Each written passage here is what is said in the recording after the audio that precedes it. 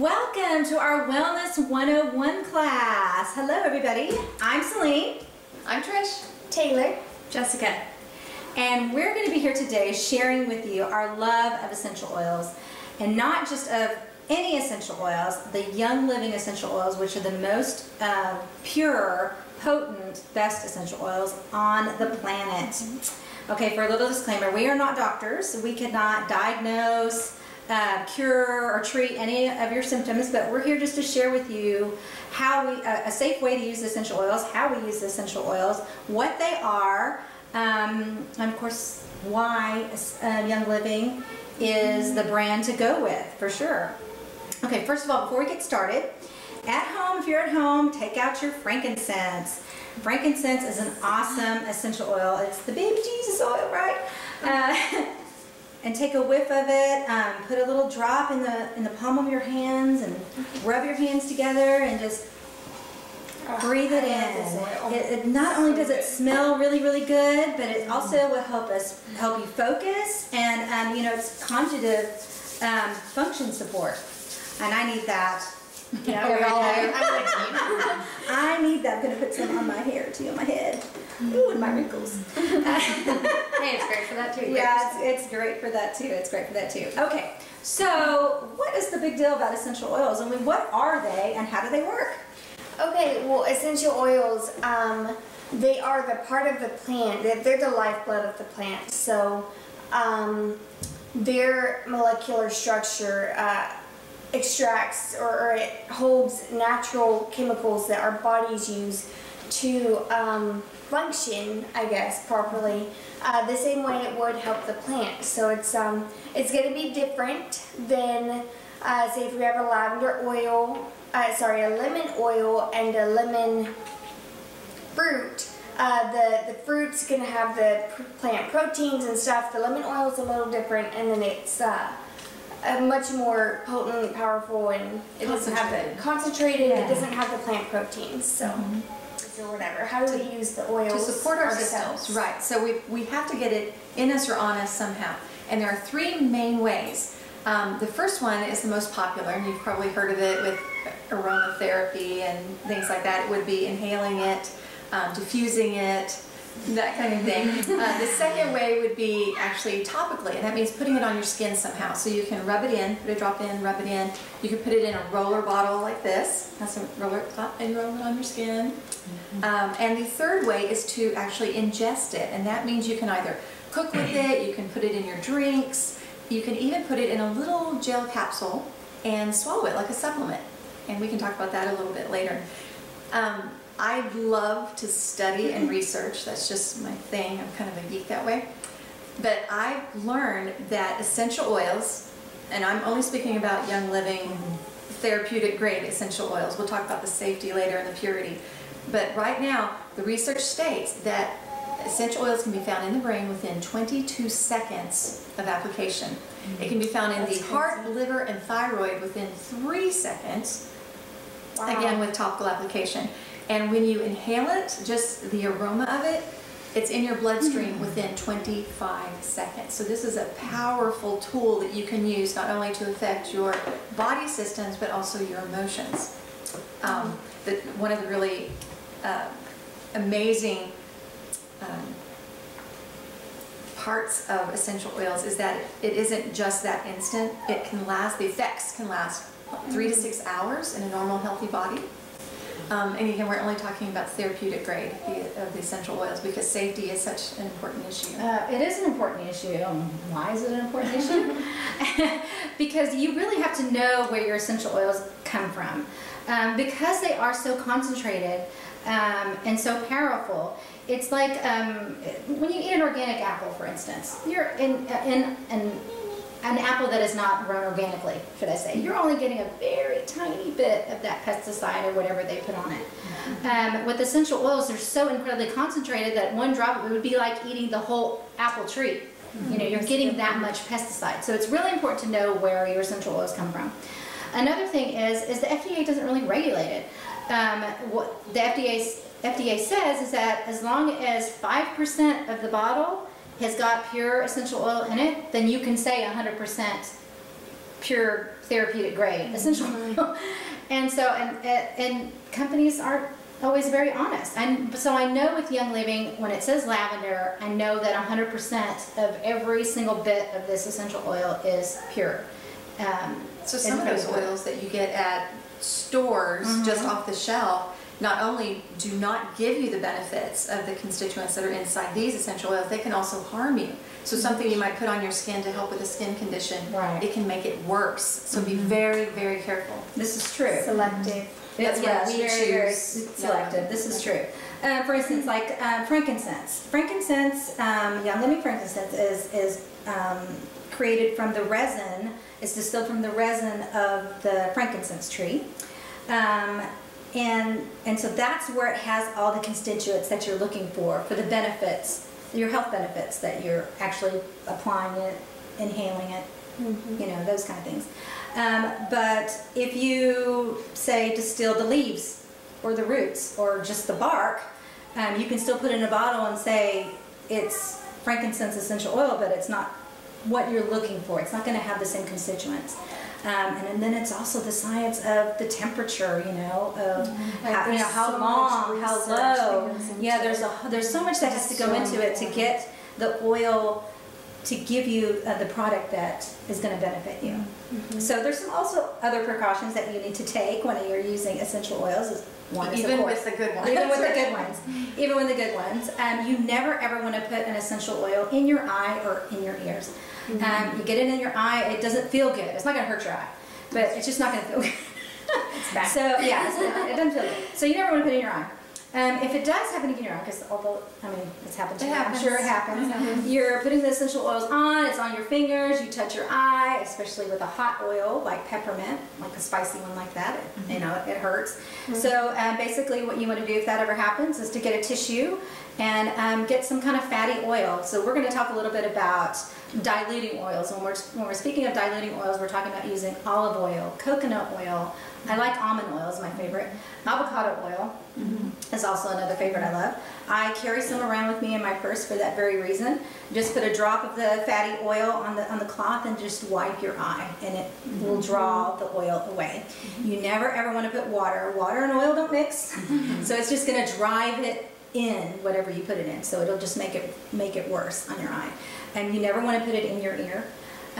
If you ever need an oil around your ear, you can just put it around the ear. You never want to put it in the ear canal, and it will damage your eardrum. So you can put it on a cotton ball. Or on a cotton ball. A lot of people put it in a cotton ball and sticking it right there, but I just like to massage.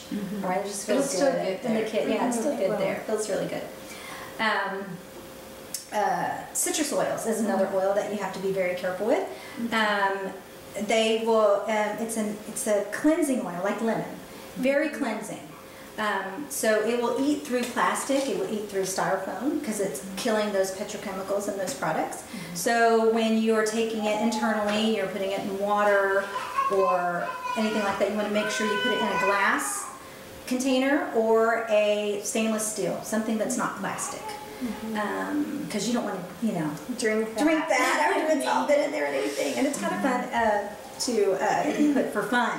To put on a styrofoam cup and watch it eat. And watch it eat. It's kind of pretty cool, don't you think? Great. And the citrus oils in the sun. Oh, I'm glad you said that. Citrus oils also make your skin photosensitive. So, you know, so if you're going outside or anything like that, just don't put it where the sun shines. Be mindful. Just put it where the sun don't shine and you won't have any problems. So all of this, even with good oils, we still have some precautions. But because Young Living has the seed to seal, yes, that does allow us to take it internally still, and to support our health in that way. And it's so important. You know, why I chose Young Living was based on their purity. They have a seed to seal promise, which basically is 5 steps that they take when they're cultivating their seeds. They pick non-GMO seeds, and then they cultivate and farm their own lands, all the way from testing and packaging and everything. So it's a strenuous process that they go through to make sure that we're getting the most pure and most effective essential oil that we possibly can. Very strict testing. Yes. I think they test in triplets 25 times, outsourcing, you know, to third-party testing and coming back. So, And if the oil fails any of those tests, they will not sell it No. to the consumer. And that's one of the reasons that I chose it as well. yes. Because if it's, They'll actually use that oil to farm with and use instead of pesticides. So it's a very, very pure oil that you're getting in your home, which is so important, especially when, you know, me, I'm a mother of almost 2 now. But yeah, you know, when I'm putting it on my baby, I want it to be pure, I want it to be effective, I want it to help her with whatever she's needing, not just for the smell, but also to actually support her body's function. So that is very important when you're choosing your oil company. and when you're trying to lead a non-toxic lifestyle as well. That's true, especially when you're talking about putting on your family members. I know you mentioned that you had a baby. Lavender, of course, is one of my favorite oils. It is, it smells incredible. It smells incredible.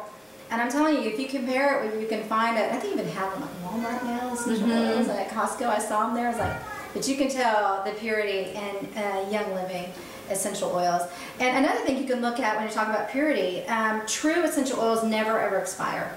They're pure, therapeutic grade, pure essential oils, they will never expire. So if you see an expiration date on a bottle, you know that then it's been adulterated in some way.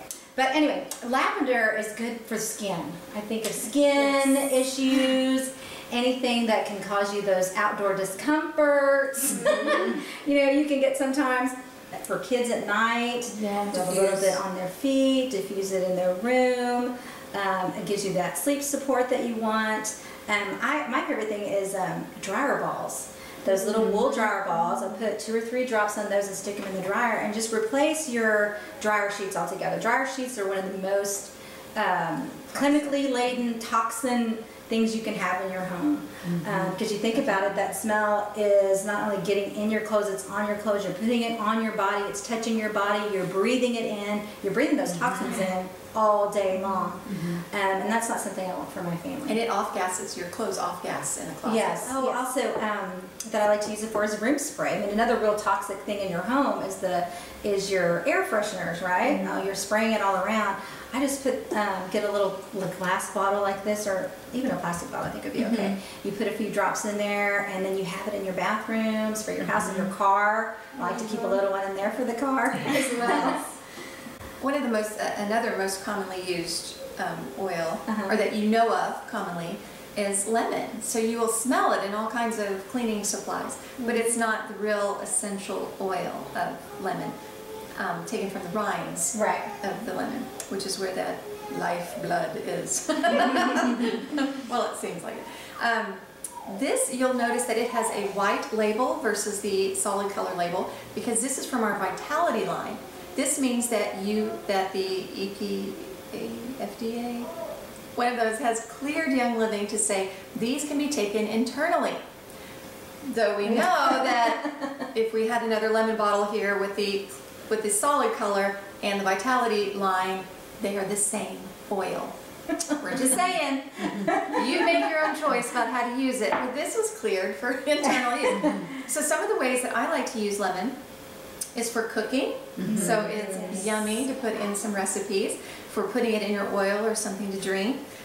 You can also clean with it. And it leaves an actual, not a chemical smell of clean, but is an actual clean. So use that fresh, taking sticky stuff off of name tags that get stuck on your laundry and things. But our very favorite way to use lemon is for brain support, because I am a brain research junkie. My daughter, this is her favorite oil now because she uses it to help her while she's studying. She's behind the camera.